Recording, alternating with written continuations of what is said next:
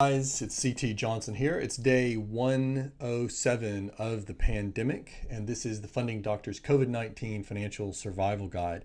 Today we're going to talk about what to do when valuations come in low on a property that you're trying to get financed. It's something that I see a lot and something that has happened a lot more since the crisis hit, because the valuers have taken the view that this has introduced a bunch of uncertainty and nobody knows how it's going to work out. So that's obviously impacting the price that they're willing to give. The discounts that they're putting on some of the properties are astonishing. It is between 30 and 50% is something that I've seen a number of times. So something that in December had a $10 million valuation, today might have a $7 million or even a $5 million valuation, which just seems crazy, but that's what's happening. That's causing a lot of difficulties in deals, because the equity that you think you're bringing to the deal in terms of the value of the land is obviously less than what's expected, and that's causing a lot of problems. So today we're going to talk about how you can address that situation. So these are the top 5 ways of improving vals that come in low or that you think might come in low. Number 5, present a strong case up front. This to me is the easiest, and it seems like it ought to be the most straightforward. Is when you're getting a valuation done, give the information to the valuer that's going to make the case in the best possible way for your property. And so what I mean by this is don't just expect them to come up with the valuation that you want. If you have a previous valuation, show that to them. If you've got valuations of comps in the area, something like that, show them that. Anything that you can do that'll lead them in a direction of where you want them to go, as opposed to just starting from scratch. Because if you just start from scratch, I can guarantee it's going to come in really, really low, and that's a problem.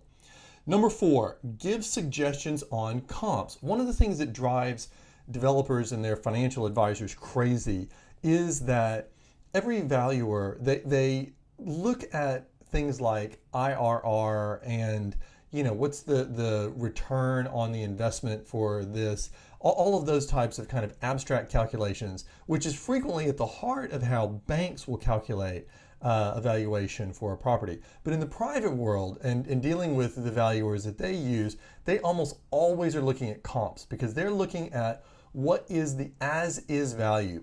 If this lender has to unload this property, what do comparable properties look like? What are they selling for? And what's the lender going to get out of it? So one of the biggest things to do is to show comps, what you think are the comparable transactions that they ought to be looking at. There's no guarantee that the valuer will look at those, but by making that suggestion, you have a much better chance of them accepting your logic and getting them to do what you want them to do, as opposed to just leaving it to chance. It's something that I see works very effectively, and if you don't do it, people are uniformly surprised and they uniformly argue that the comps are not the right comps. If they're not, that's fine, but tell the valuer what the right comps are so that at least they can start with that. Maybe they reject it, maybe they don't, but you have a much better chance if you give them that than if you don't give it to them. Number 3, comment on non-comparable transactions or non-comparable properties. Frequently, if you're doing when you do your research on an area and you're looking for the comparables, you'll see some that you think, for good reasons, are not comparable. Maybe the shape is not right, maybe it faces onto a road and your property doesn't face onto a road, whatever it is. There's a reason why you think that's not comparable. Make comments on those, and as part of the submission, as part of the information that you're giving to the valuer, give them that information, because again, at least it will put an idea in their head about why this might not be the right thing to use. I actually had one the other day that I was talking to the valuer. The valuation came in low. It was a pre-COVID-19. It was pretty high. Again, it was around $10 million.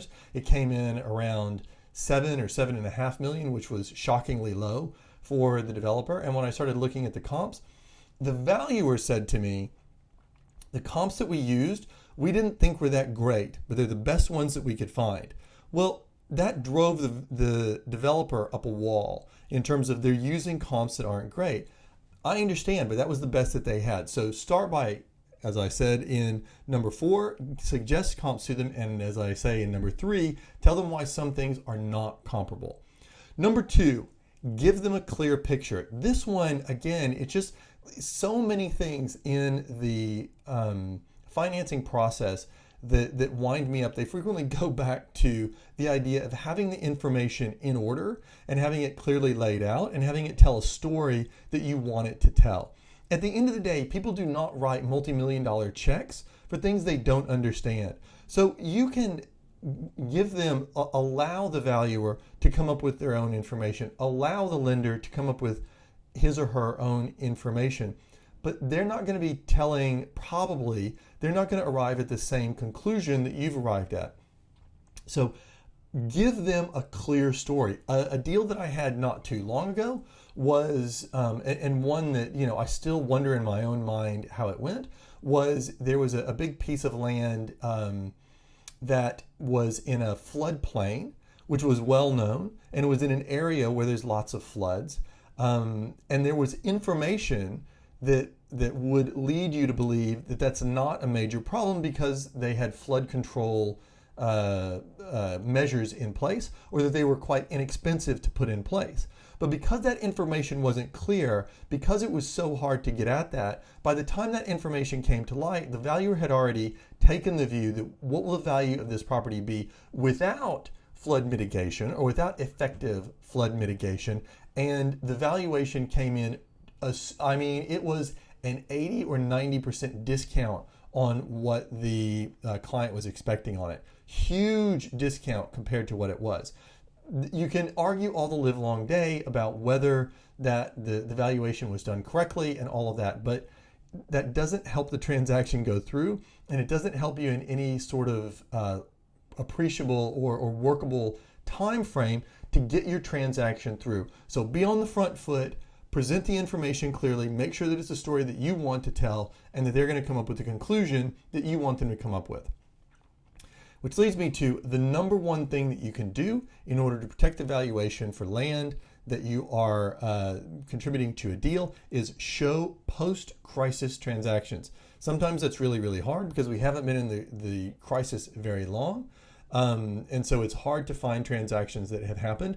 But if you can show those, if you can show that there's demand and that the demand is more or less at the same level, the same price point as it was before, that will at least inoculate the thinking of the valuer in terms of how much of a discount they're going to put on it.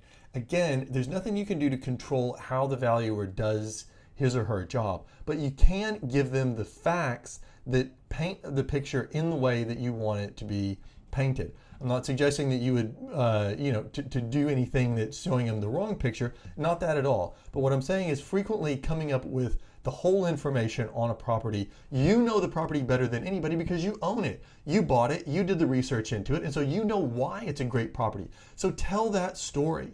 Part of telling that story is showing that it's in an area where that's not being affected by the virus, that COVID-19 hasn't hit sales volumes or sales prices nearly as much as you might think. So those 5 things will help you get your valuation in at a good rate. If you have a valuation that's already come in, you can use some of these steps to try to address concerns that the valuer has, and they might do a small adjustment on it.